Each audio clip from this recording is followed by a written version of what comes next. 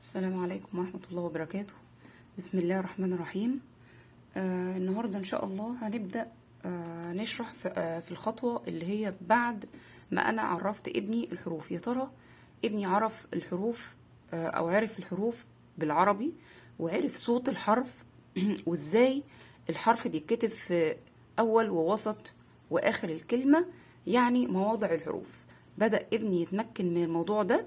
أبدأ في المرحلة اللي أنا هبدأ بيها دلوقتي، لكن قبل كده أقدر إن أنا أشتغل على المرحلة اللي أنا يعني هشرحها دلوقتي؟ لا، مش قبل كده خالص. يعني لازم المرحلة دي تيجي يعني بعد ما أدي ابني كل الحروف يحفظها كويس جدا، وقادر يميز صوت الحرف وشكله، وقادر يميز الحرف في كلمة. يعني اديله كلمة مثلا فيها حرف الباء زي كلمة كتاب، عارف ان الباء هي اللي في الاخر دي.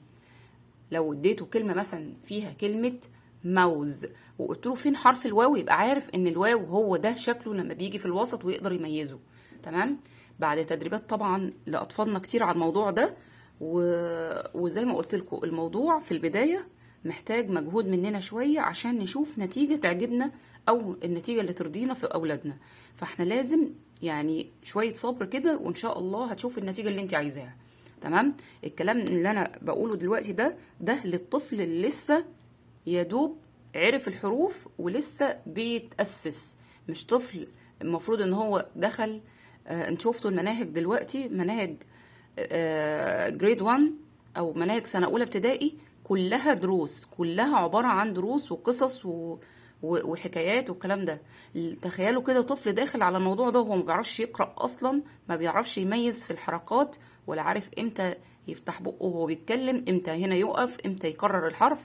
الكلام ده لو الطفل دخل المدرسة وهو مش عارفه، طبعا هيبقى عنده حاجة اسمها صعوبة في التعلم، أو عنده حاجة اسمها تأخر في بعض المواد اللي هي محتاجة منه قراءة. قيسي على ذلك بقية المواد. لو عنده مسألة لفظية في الحساب مش هيبقى قادر يقرأ المسألة ويفهم المسألة عايزة ايه، لأنه أصلا هو مش عارف يقرأ، فبالتالي مش هيعرف يحل. فإذا مشكلة القراءة هتتسبب له في مشاكل تانية في بعض المواد. تمام. طيب نعمل ايه بقى بعد مرحلة ما احنا خلاص وقفنا عند مرحلة ايه؟ الحروف وأصواتها، وخلاص عرف الطفل وبيميز. تمام. لكن قبل كده ما نشتغلش بالطريقة اللي انا هشتغل بيها دلوقتي. انا هبدأ دلوقتي ادي الفتح. حركة الفتح هي حركة واحدة بس كده. لازم نعرف الطفل في الأول يعني ايه فتح. حركة الفتح ده شكلها. يبقى اول حاجة نعرف الطفل شكلها. تمام. يبقى اول حاجة نقول للطفل ايه؟ ادي شكل الفتح، عبارة عن شرطة كده مايلة بنكتبها فوق الحرف. يبقى تاني حاجة يبقى اسم الحركة، نعرفه ايه؟ اسم الحركة اهو. تاني حاجة ان احنا نعرفه شكلها، يعني اسمها اللي هي ايه؟ فتح. طب شكلها اهو اللي هي رسمتها كده. طيب تالت حاجة مكانها. مكانها بيكون فين بقى؟ يبقى عندنا اسم الحركة وشكلها ومكانها. لازم الثلاث خطوات دول نكون معرفينهم للطفل في اول ما اديله حركة الفتح: اسم الحركة وشكلها ومكانها. طيب يا ترى بقى بتيجي فين حركة الفتح دي وبتعمل ايه مع الحروف؟ احنا اخدنا اصوات الحروف اللي هي العادية. عرفنا صوت الحرف الاصلي مثلا حرف الجيم ج. تمام. او التاء ت. طيب مع الفتح بقى هل هيتغير صوت الحروف دي؟ ايوه. هي مهمة الحركة اللي بتترسم فوق الحرف ده انها تغير صوت الحرف ويبقى له صوت تاني. تمام. غير صوته الاصلي. طب يا ترى بقى ايه هي بقى ايه هي اصوات الحروف بقى كده الجديدة؟ تعال نشوف كده مع بعض. يعني دلوقتي لو انا كتبت له حرف الالف اهو. تمام. هو عارف بقى شكل حرف الالف وعارف ان صوته طيب لو انا بقى قلت له هنحط له فتح، احنا قلنا حركة الفتح شكلها ايه؟ اهي شرطة مايلة. طيب مكانها فين؟ فوق الحرف مش تحت الحرف.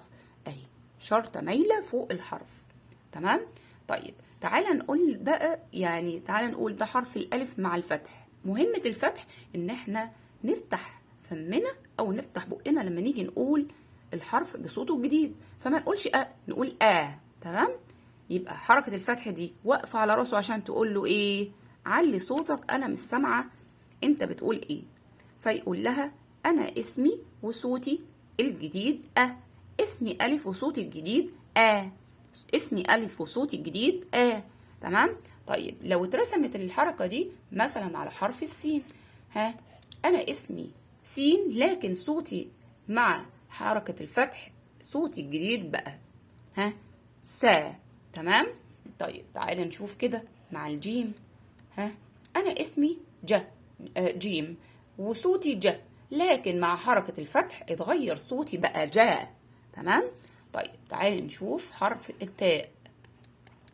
حرف التاء اسمه تاء وصوته الأصلي لكن مع الفتح بقى صوته تا. فنيجي بقى عقبال ما نخلص بقية الحروف تلاقيه هو بيقول لوحده. يلا يا محمد قول معايا. حرف ايه ده؟ حرف الحاء صوته الأصلي لكن مع الفتح بقى طيب صوت الأصلي للحرف ده ايه؟ طيب مع الفتح بقى ما، وهكذا. طيب تعالى بقى اختبرك كده وهقول لك قول لي بقى يا محمد دلوقتي ايا كان بقى مين من اولادنا اللي معانا، هنقول له تعالى يلا نقول مع بعض كده شوية الحروف دول ويلا اقرأ معايا. ابدأ بقى اعمل له مثلا 3 دوائر مثلا كده واقول له يلا كده قول لي بقى. احنا بقى انسى بقى الصوت القديم للحرف وتعالى قوله لي بالفتح على طول. يلا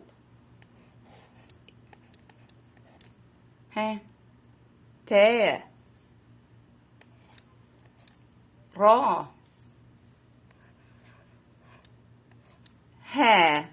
وهكذا. طيب كده انا اتأكدت ان ابني عارف صوت الحرف بالحركة الجديدة اللي هي الفتح، وقلت له شكلها وعرفته ازاي نرسمها فوق مكانها فين وبتغير صوت الحرف ازاي. تمام. طيب تعالوا بقى ايه التدريبات اللي انا ادرب فيها ابني. في طريقه اسمها الطريقه الهرميه عشان خاطر ابدا ان انا اعرف ابني يقرا ازاي، والطريقه دي مجديه جدا جدا جدا جدا. طيب ايه هي الطريقه الهرميه؟ انا اديت حرف تمام اهو محمد، حرف ايه ده؟ را. طب تيجي نجيب له صاحب اهو بقى ايه؟ يلا نقولهم مع بعض. رادا. طيب تيجي نجيب لهم صاحب تاني وكل واحد يعرف نفسه ايه هو صوته الجديد. يلا كده رادا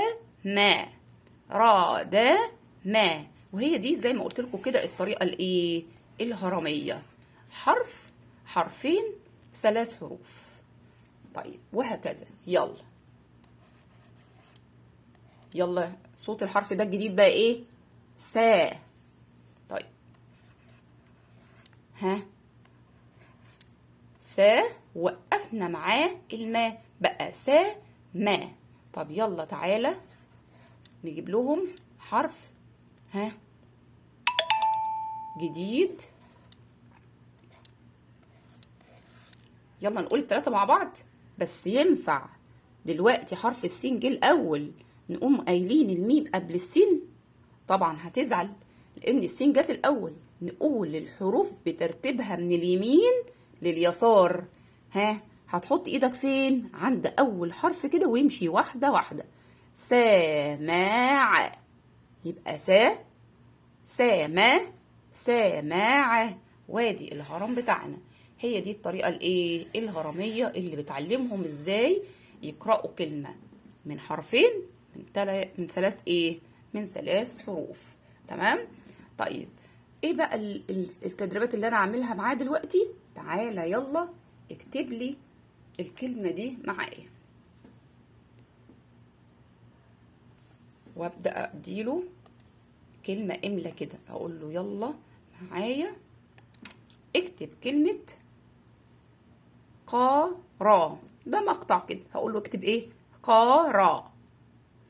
فيبدأ يكتب ايوه اللي هو بس مع الفتح بقى ها را، يقوم كاتب كده.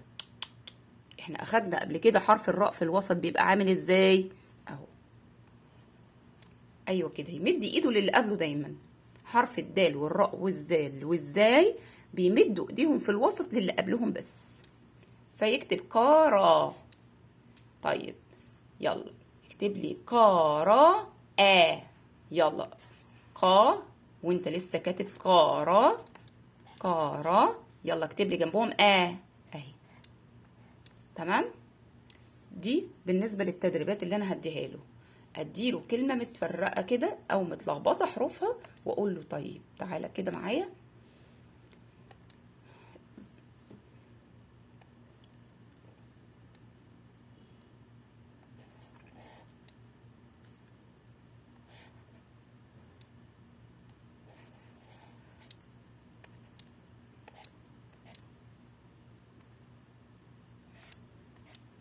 الكلمه دي مش مظبوطه، بس انا هقولها له. هقول له عارف الكلمه دي انا عايزاها تبقى ايه؟ عرافه. عرافه. ها مين صوته جه الاول؟ انت قلت مين اللي طلع من بقنا اول حاجه؟ العا. عا را فا. تمام.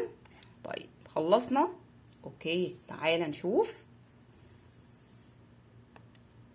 تدريب تاني عشان الناس اللي ما بتبقاش عارفه تدرب اولادها ازاي على الفتح والكلام ده. هنكتب كلمه ناقصه صوت حرف، وانت عليك بقى ان انت تكتشف لي